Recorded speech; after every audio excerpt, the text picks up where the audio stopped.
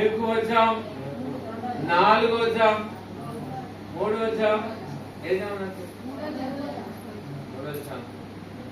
బైబుల్లో ఇప్పుడు ఆయన శిశువులు సముద్రం మీద వెళ్తున్నప్పుడు ఆ ఓడ తలకిందులు అవుతా ఉంటే యేసు అక్కడికి టైం వచ్చాడు. ఎన్నో జాములు వచ్చాడు అంటే 4వ జాములు వచ్చాడు. ఎన్నో జాములు వస్తాడు? 4వ జాము అంటే 3 గంటల నుంచి 6 గంటల వరకు 4వ జాము.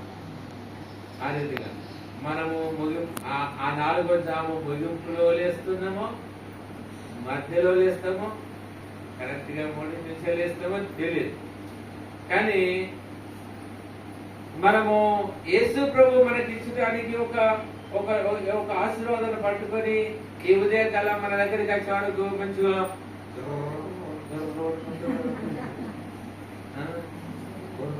అనుకుంటే లేదా నాయన నీకు జీతం తెచ్చిన ఇంకెక్క లేదు మనోడు చూసి వెళ్ళిపోతాడు. ఇంటికి వీరు అందరూ నిద్రమత్తులోనే ఉంటారు. సోమరితనం నిద్రమత్తు చింపిరి గుడులకు కారణం అవుతుంది. నిద్రమత్తు అనేది ఆ టైంలో రావాలి, ఆ టైంలో నిద్రమత్తు రావాలి. దేవుడు వచ్చే సమయం, దేవుడిని కలుసుకునే సమయం, దేవుడు మనల్ని జీవితం సమయం. ఏ టైంలో ఎప్పుడు వస్తాడో ఎప్పుడు ఇస్తాడో తెలియదు.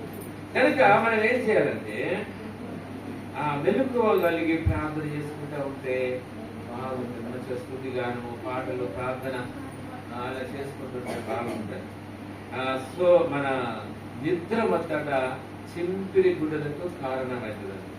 నిద్ర మత్తుగా ఉండకూడదు. అంటే నిద్ర పోవాలి, 10 గంటలకే పోవాలి. పోనీ 4 గంటల కన్నా లేచి మంచిగా 4 గంటలు లేస్తే అసలు శాతం అయితే లేదంటే అస్సలు శాతం అంటే ఏం చేయాలో తెలుసండి, వెంటనే నీళ్ళతో మొత్తం మీద కడుక్కోవాలి. సబ్బు వేసి కడుక్కున్నా పర్వాలేదు, ఒక కడుక్కోవాలంటే మన సబ్బు వేసి కడుక్కోవాలన్నా నీళ్ళతో కొంచెం నీళ్లు మొక్కలు చల్లుకొని కొంచెం తుడుచుకోవాలి. కొంచెం నీళ్లు నోట్ల ముక్కలు ఇచ్చి ఉంచాలి. ఒక గ్లాసు నీళ్ళు తాగండి, కొంచెం 4 గంటలు అట్టి నడవండి, నడవండి. మళ్ళీ కొద్దిసేపు వాడు పనిచేస్తే మళ్ళీ ఒక గ్లాసు నీళ్ళు తాగండి. ఇక మంచి ధ్యానంలోకి వెళ్తారు. అప్పుడు నీకు 1 కోటి రూపాయలు తెచ్చి ముందు పెట్టిన కలిగించుకోవడం, 1 కోటి రూపాయలు ముందు పెట్టిందండి నాన్నగారు. మొదటి తీసుకో, 1 కోటి రూపాయలు కాదు, కోటి, అది కోట్ల ఆశీర్వాదం ఇచ్చే ఆ ఏసయ్య ఉండగా ఈ ఏసఐ తీసుకుని 1 కోటి రూపాయలు ముందుకు వెళ్ళాలా? ఆయన నాకు కావాలి, ఆయన కావాలి. అట్లా మనము చూడవద్దు. అందుకని ఇక్కడ చెప్పకుండా మాట, వారి క్రియల చొప్పున సిద్ధపరిచిన జీతాలు ఉంటాయి.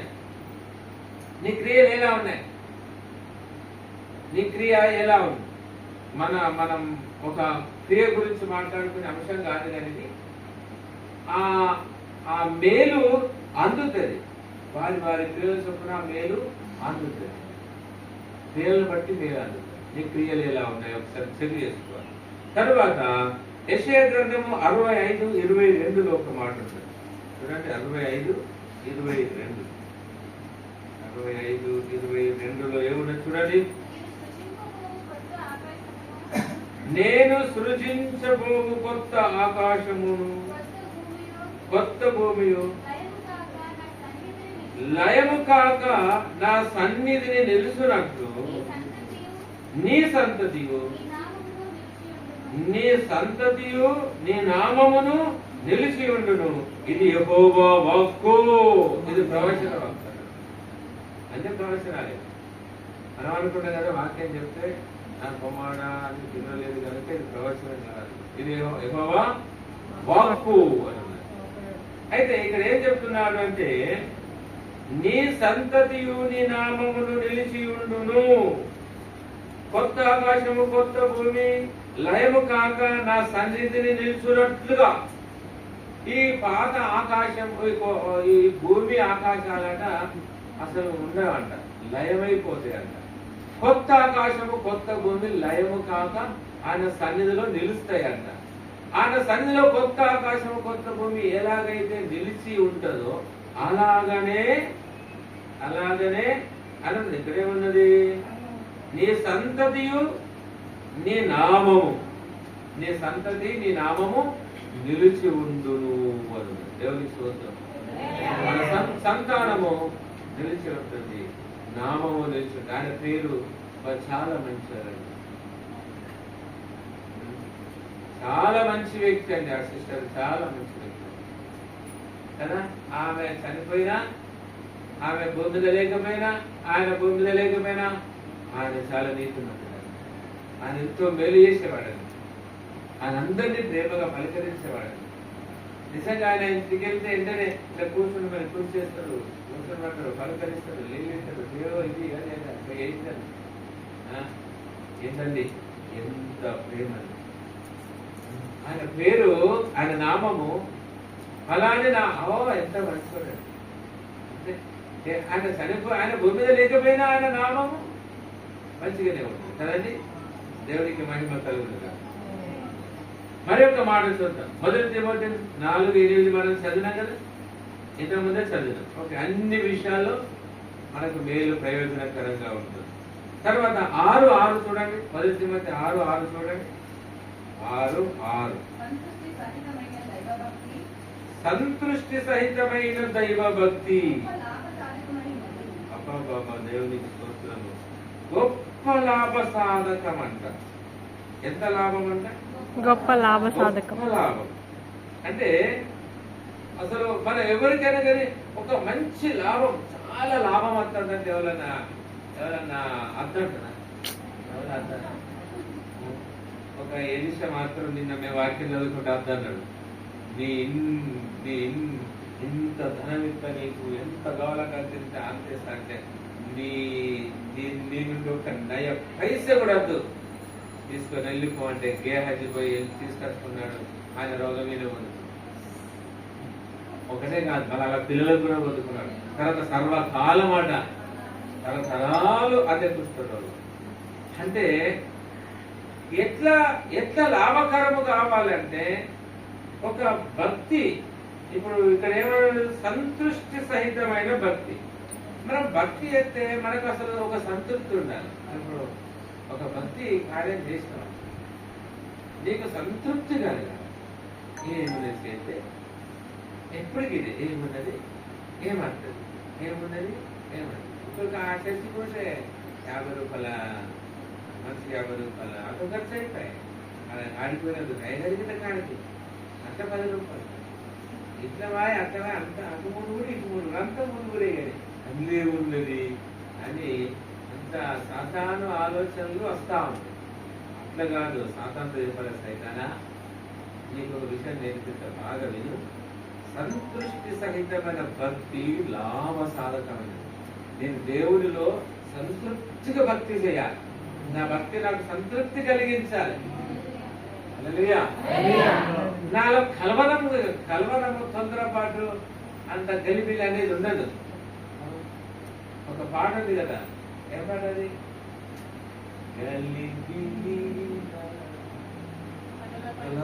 అలల పైన నడచిన నాదు యేసయ్యా, నాదు యేసయ్యా. అలల పైన నడచిన నాదు యేసయ్యా, నాదు యేసయ్యా. గలిబిలినా కలవరములను తొలగచేసిన కలుషాలునా, గలిబిలినా కలవరములను తొలగచేసిన కలుషాలునా, ఆదుకోవయ్యా నాదు యేసయ్యా. ఆదుకోవయ్యా నాదు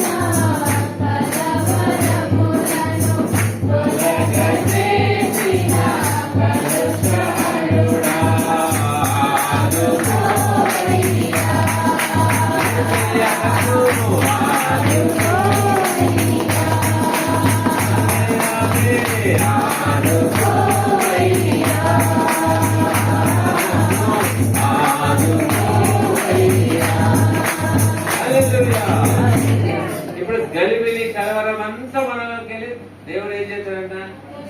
తొలగ చేసిన అని దగ్గర పాటలో తొలగ చేసిన కలుషహారుడా. అంటే యేసు ప్రభు దగ్గర మనము మంచి భక్తి చేస్తా ఉంటే ఈ గలిబిలి కలవరము అవిశ్వాసము అదంతా బయటికి వెళ్ళిపోతుంది. చాలా మంచి ధైర్యం ఉంటుంది. ధైర్యం. అందుకనే మన జీవితంలో మనము అలల పైన నడిచిన యేసయ్య ఉన్నాడు. అలల పైన యేసయ్య నడితే ఓడలో ఉన్న శిష్యులు కింది లేక ఉన్నారు. వీళ్ళు ఇంకా ఓడలో ఉన్నారు. ఓడలో ఉన్న గంట భయపడుతున్నారు. యేసయ్య అలల పైన నడుచుకుంటూ వస్తున్నారు. అంటే యేసయ్యకును మనకు తేడా చూడండి. భూమి మీద నడచడానికి మనం నడలేకపోతున్నాం. భూమి మీద నడిచి చర్చించడానికి మన వల్ల అయిపోయింది. ఇంకా అలల్లో నిన్ను నడవమంటే నడుపుతావా? అక్కడనే గుండె వలిగిపోతుంది కావచ్చు కదండి. ఇంకా భూమి మీద నడవ నేర్చుకోండి. భూమి మీద నడవ నేర్చుకోండి. ఎక్కడికి నడవాలి? యేసయ్య దగ్గరికి నడవాలి, గుడికి నడవాలి, ప్రార్థనకు నడవాలి, సహవాసంలో ఉండడానికి నడవాలి. నేను ఇంటికాడనే ఉంటాను అని అన్ని సాకులు చెప్పారు. తల నచ్చిన సాకు, కాళ్ళు నచ్చిన సాకు, కడుపు నచ్చిన సాకు. నాటి కాలంలో మేము 91 నుంచి సేవ చేస్తే 91 నుంచి 92 నుంచి 99 వరకు వాళ్ళకు కడుపు చర్చి వచ్చే ఉండి ప్రార్థన చేసుకునేవాళ్ళు. హాస్పిటల్కి పోయి మళ్ళీ ఎక్కడ చర్చి అపోయేవారు. కొన్నిసార్లు గోళీలు కూడా పని చేయకపోయి ప్రార్థన ఖర్చులకు తగ్గిపోయేది రోగాలు. ప్రార్థన విడిచిపెట్టి గుడి మంచిది కాదట, బడి మంచిది కాదట, వాక్యం మంచిది కాదట, పాస్టర్ మంచిది కాదట, ఏది మంచిది కాదట. ఇక మరి ఎత్తిపోతే మంచిదో. అంతా దుర్బోధలో ఉన్నారు ప్రజలు. ఎవరు మీకు బోధిస్తున్నారు? ఆ బోధను ధృవీకరించాలి, ఆ బోధను ఖండించాలి. దానికి మనం ఎంత మాత్రం లోబడకూడదు. ఇక్కడ ఆ మాట ఉన్నది, ఆ చక్కని మాట ఉంటుంది. ఆ మాట వాళ్ళ నోరు మోయించాలంట. ఏం చేయాలి? వాళ్ళ నోరు మోయించాలి.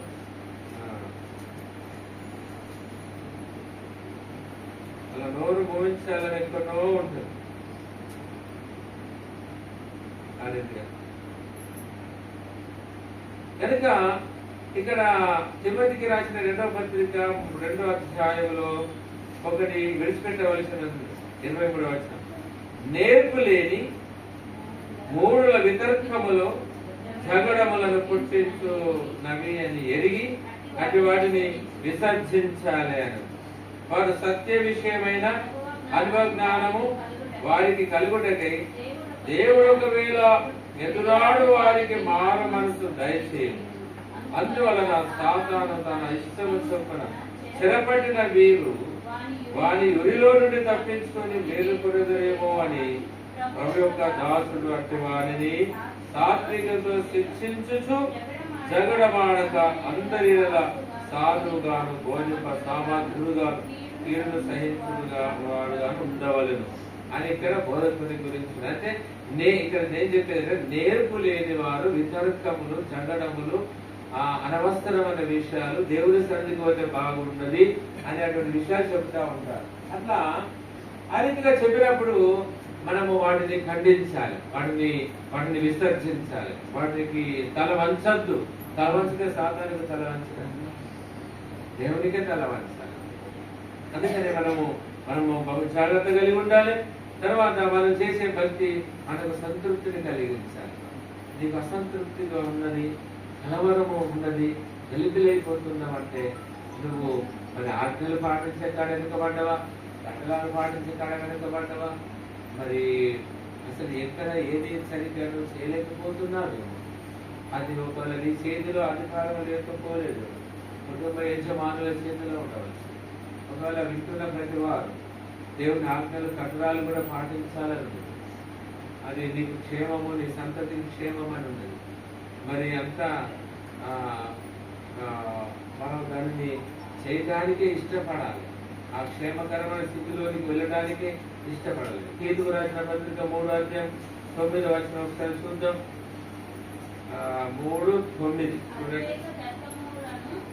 అవివేక తర్కములను, వంశావళులను, కలహములను, ధర్మశాస్త్రములు గూర్చిన వివాదములను, నిష్ప్రయోజనమును, వ్యర్థమునై ఉన్నవి కనుక వాటికి దూరంగా ఉండాలి అని. మనం దూరంగా ఉండవలసిన నేర్పు లేని వితర్కముల గురించి ఇంతకుముందు చెప్పబడిన మాట ఉంది కదా. ఆ అవిటికి తర్వాత ఇక్కడ ఏమన్నదంటే అవివేక తర్కము. కొంతమంది తర్కిస్తా ఉంటారు. ఎందుకు వాదిస్తారో అంటే ఏమీ ఉండదు, కానీ వాదించుకుంటా ఉంటారు. మరి అది ఏమన్నా లాభకరం అంటే ఏమి లేదు. ఉప్పు తక్కువ కనుక అని తలకాయ కొట్టుకుంటారు. ఉప్పు తక్కువ అయితే కింద చేసుకుంటే అయిపోతుంది. దానికి నువ్వెంతంటే నువ్వెంత అనుకోవాలి. అట్లా కరం ఎక్కువైంది అనుకోండి, కరం ఎక్కువైతే ప్లేట్ వాడు కొట్టుకోవాలి. కారం ఎక్కువైతే దానికి నేను నీళ్ళు పోసుకుంటే తక్కువైంది కదండి. కొన్ని నీళ్ళు పోసుకుంటే అయిపోయాయి. మళ్ళీ కొంచెం వేడి చేసుకోండి. అందులో తర్కములు, అట్లా అవివేక తర్కములు అంటే ఏమైనా కానీ మామూలుగా మన ఎంత సంగతులు చెప్పినాను. ఇంకా ఈ ధర్మశాస్త్రం గురించి చెప్పబడింది ఇక్కడ. తర్వాత వంశావళులు. మా వంశం ఏంటో తెలుసా? మరి దావీదు వంశం, రాజవంశం, తత్వవాడివి అని అంటూ ఉంటారు. ఒక భ్రమణైన మాట్లాడుతారు. రే పెద్దవా చదువుతుందా అని అంటుంటారు. నేను ఎంత స్థాయిలో ఉన్నావు, నువ్వెంత స్థాయిలో ఉంటా ఉంటారు. అంటే అలా మాట అంతా వాడుతూ ఉంటారు.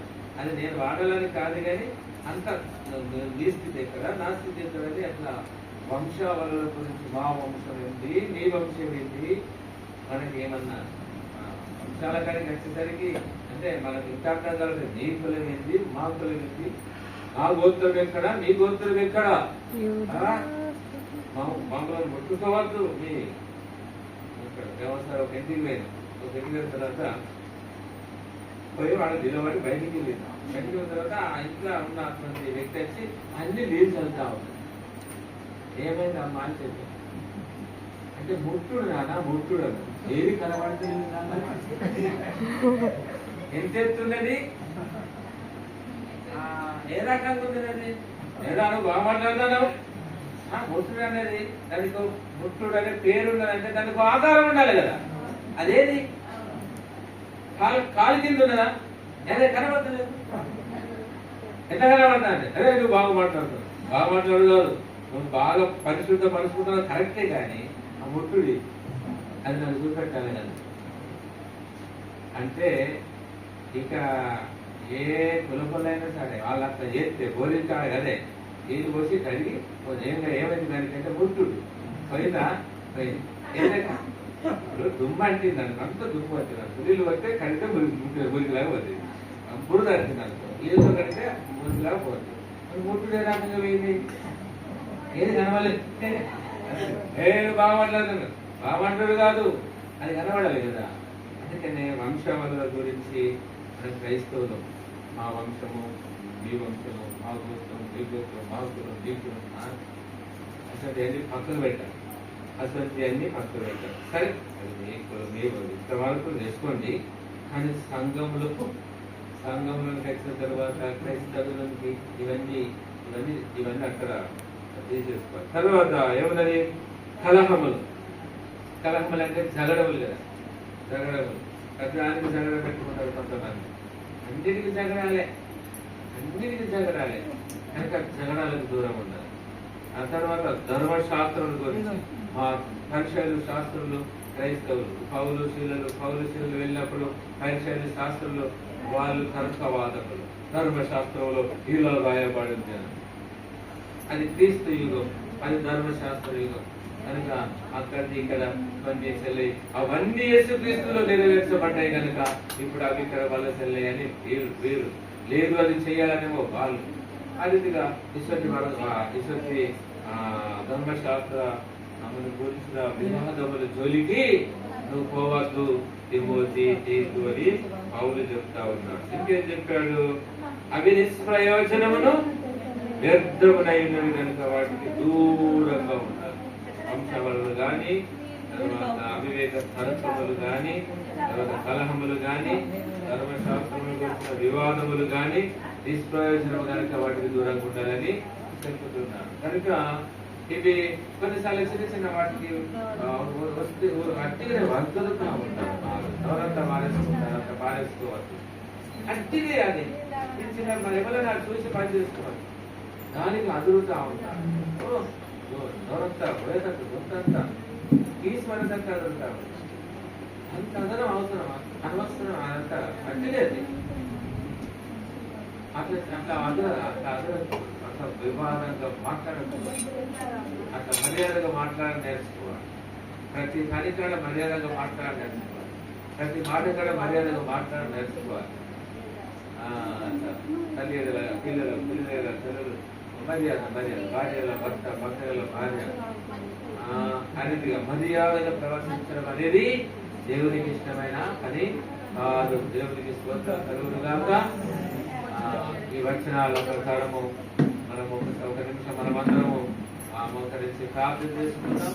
మోకరించండి. తల వంచి మిగతా వారు తల వంచి ప్రార్థనలో ఉండండి. ప్రభువా, నాకు నా కుటుంబానికి క్షేమము కలగాలి సర్వకాలము.